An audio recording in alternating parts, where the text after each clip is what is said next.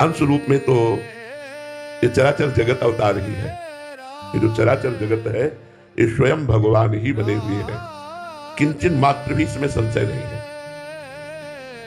जितना जगत है ये जगत नहीं है, ये स्वयं श्री भगवान है। पर श्री भगवान है ऐसा क्यों अनुभव नहीं हो रहा? क्योंकि चित्त में विषय का प्रवेश हो चुका है, चित्त विषयों का चिंतन करने लगा है, चित्त भगवत चिंतन रहित हो गया है, इसलिए हमको नानात्व का दर्शन होता है। तो सनक, सनंदन, सनातन, सनत कुमार ये भी भगवान के अवतार विशेष में ही आते हैं। ये प्रथम सर्ग में प्रकट हुए हैं और उन्होंने जो प्रश्न किया वो हम सबके लिए किया, क्योंकि वो तो ब्रह्मबोध संपन्न महापुरुष हैं, उनको किंचन मात्र किसी भी प्रश्न उत्तर की जरूरत नहीं है। पर वो बड़े रसिक महापुरुष हैं, हर समय वो हरिशरणम हरिशरणम ऐसा जपते रहते हैं।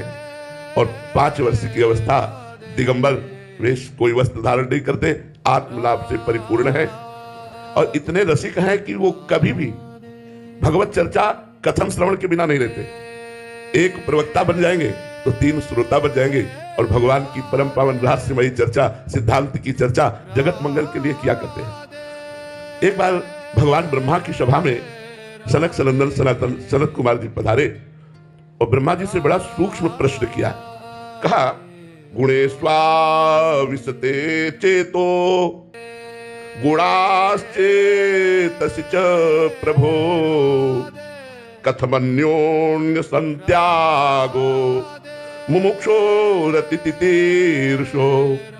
हे करुणा में जगत गुरु पिता स्वरूप ब्रह्मा जी, बड़ा सुंदर प्रश्न है, पर ये उत्तम जिज्ञासु के लिए है, उत्तम अध्यात्मवान के लिए है।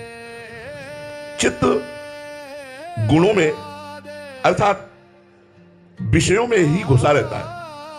गुणेश्वाविशते चेतो, निरंतर ये चिंतन विषयों का ही करता है। छोड़ दो, देखो अभी छोड़ करके देखो, जैसे पानी को कहीं भी छोड़ दिया जाए वो नीचे की तरफ ही जाता है, ऐसे चित्त को यदि छोड़ दिया जाए तो वो विषय चिंतन ही करता है। तो शनकादि ने प्रश्न किया, गुणेश्वाविशते चेतो, ये चित्त सदैव गुणों का ही चिंतन करता है। सतोगुण, रजोगुण, तमोगुण रचित जो ये माया है, ये जो भोग है, जो विषय है, जो नानात्व है, इसी का चिंतन करता है। चित्त की एक एक वृत्ति में विषय प्रविष्ट हो गए हैं।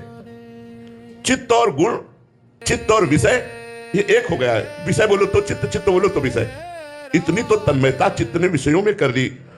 ऐसी स्थिति में जब तक चित्त निर्विषय नहीं होता तब तक भगवत प्राप्ति नहीं होती। एक एक वृत्ति भगवदाकार हो जाए, ब्रह्माकार हो जाए, तब भगवत साक्षात्कार होता है।